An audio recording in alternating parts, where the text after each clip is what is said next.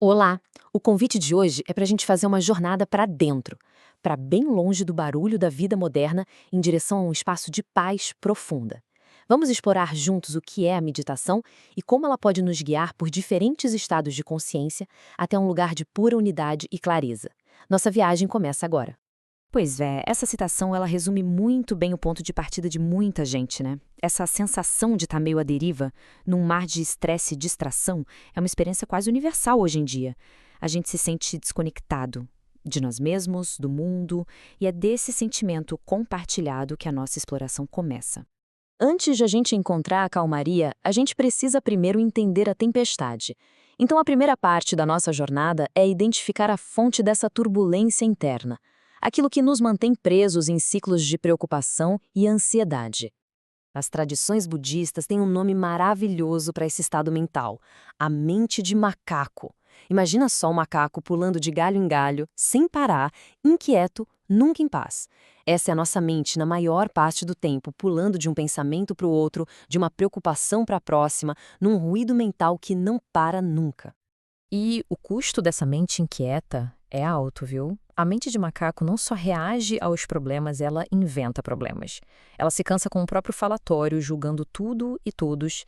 E o mais importante, ela nos impede de acessar uma felicidade verdadeira, que não depende do que está acontecendo lá fora. No fim, a gente fica numa busca sem fim por distrações só para preencher um vazio. Ok, então se a mente de macaco é o problema, qual é a solução? Bem, a solução começa com um mapa do nosso mundo interior. As tradições de sabedoria nos oferecem um guia para a gente navegar pelos territórios da nossa própria consciência.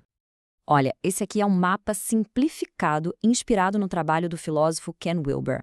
Ele mostra um caminho, uma progressão. A gente começa no estado denso, que é o nosso dia a dia, quando a gente se identifica com o corpo, com os pensamentos. Depois vem o sutil, que é o mundo dos sonhos, da intuição. Mais fundo ainda tem o causal, um estado de sono profundo, a raiz das formas, onde o nosso eu limitado começa a se dissolver. E, finalmente, o não dual, um estado de unidade total, onde a separação entre eu e o outro simplesmente desaparece. Tá, a teoria é linda, o mapa é fascinante, mas a grande pergunta fica: como é que a gente faz essa viagem? Como é que se navega de um estado para o outro na prática? A resposta é uma prática tão antiga quanto a própria filosofia. E a resposta, claro, é a meditação. Mas calma lá. Para começar, a gente precisa desmistificar essa prática. Não é nada de outro mundo nem algo inatingível. É uma habilidade prática, e os primeiros passos são bem mais simples do que a gente imagina. Então, o ponto principal aqui é quebrar esses mitos. O objetivo não é parar de pensar, até porque isso é impossível. É observar os pensamentos sem se agarrar a eles. Não é uma busca por felicidade constante, mas sim aprender a estar presente, tanto nos momentos bons quanto nos ruins. E o mais importante, as distrações não são inimigas. Elas são, na verdade, uma oportunidade de praticar. Essa citação do mestre de meditação Yongey Mingyur Rinpoche é simplesmente genial. Em vez de brigar com a mente de macaco, a gente dá um trabalho para ela. Um trabalho simples, de meio período. É uma virada de chave, sabe? A gente não luta contra a nossa natureza. A gente trabalha com ela de forma inteligente. E aqui a gente vê um exemplo perfeito de como isso funciona. Vamos dar um trabalho para a mente. Ouvir. Não é analisar, não é julgar, é só ouvir o som. A beleza disso está no quarto passo. A mente vai se distrair. Isso não é um fracasso, faz parte do processo. O treino é simplesmente notar a distração e, com gentileza, trazer a atenção de volta para o som. 1, 2, 1000 vezes se for preciso. Até agora a gente falou muito da experiência, daquilo que se sente. Mas, e a parte física? A parte objetiva? A ciência moderna está começando a mapear o impacto profundo que essa prática tem no nosso próprio cérebro. 7 horas. Parece pouco, não é? Mas olha que incrível. A pesquisa mostra que apenas 7 horas de meditação, estão falando de meia horinha por dia durante 2 semanas, já são suficientes para causar mudanças que podem ser medidas nos padrões de atividade do cérebro. Isso é impressionante. Mostra que nosso cérebro é muito mais moldável do que a gente pensava. E isso nos leva a uma descoberta ainda mais profunda. A meditação não muda só como o cérebro funciona em um certo momento. Com a prática regular, ela muda a própria estrutura física dele. O volume, a forma de certas áreas do cérebro podem de fato se alterar, indo na contramão daquele enrijecimento que a gente costuma associar com o envelhecimento.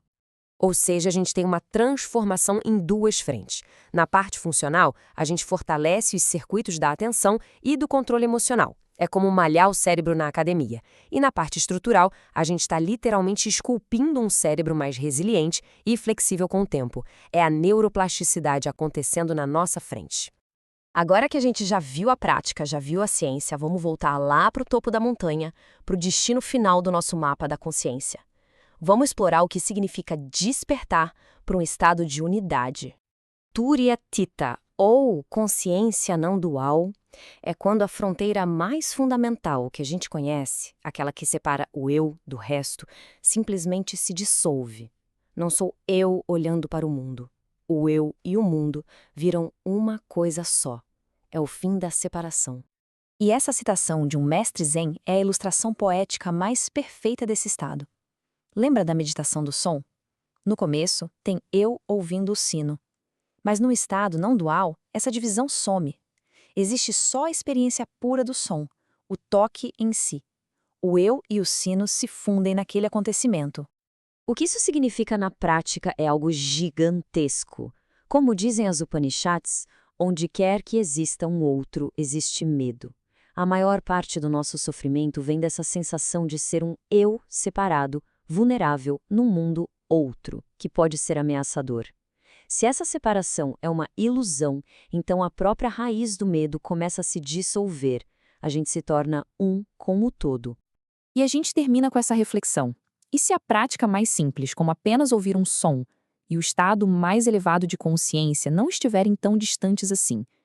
E se cada momento de atenção, cada som que entra na nossa consciência, for um eco daquele estado de unidade, um convite constante para a gente voltar para essa paz, que no fundo, é a nossa verdadeira natureza? Fica a reflexão.